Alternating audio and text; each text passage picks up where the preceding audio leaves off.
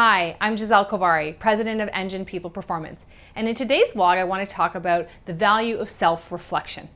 This has been a really popular topic. Several thousands of people have read a blog that I wrote a couple of years ago on the topic, so I wanted to delve a little deeper today and talk about why do we want to be self-reflective, give you a 7-step process to help you improve your self-reflection, and talk about one of the benefits. So when we think about self-reflection, why would we want to do this? Partially as leaders, we are often being asked to strengthen that muscle. As employees, we want to be more self-reflective around our strengths and areas of development, but also enhances us in our personal lives as well. And self-reflection is defined as careful thought about your behaviors and your beliefs. So it's actually taking the time to think about why you behave the way you do. And so the 7-step process that I use, and it's really a practice that we have to do on a consistent basis to build this muscle, is as follows. First and foremost, pick a topic that you want to be reflective about. So this might be your career, it could be your personal relationship, it might be your finances or your health. And really thinking about what are all the things I'm curious about as it relates to that topic.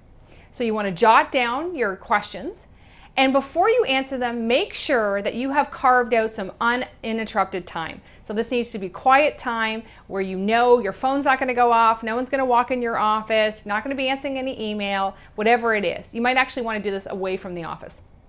And once you've done that, you want to start to give yourself some time to ponder those questions. Start to jot down your responses. You may not have all the answers to all of your questions, and that's okay, but you want to get the ball rolling. And most importantly, you want to be honest. Be honest with yourself. This is just for you.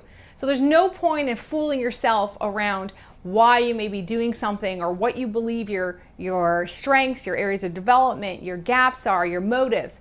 Try and be as honest as possible. And when you've done that, look back through your responses and start to look at an action plan that you can take.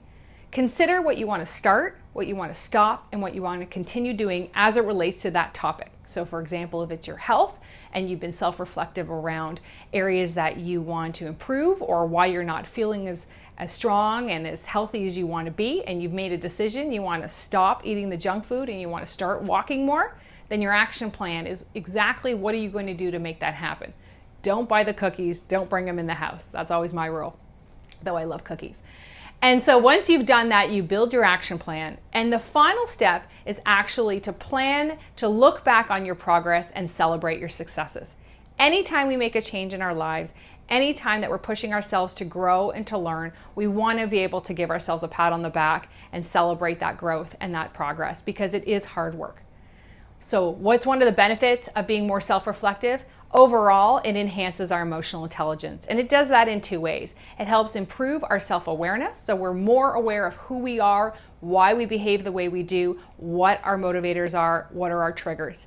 And it also improves our self-regulation or our emotional regulation, which is also a critical skill around resilience, and we talk about that in some of the resilience work that we do.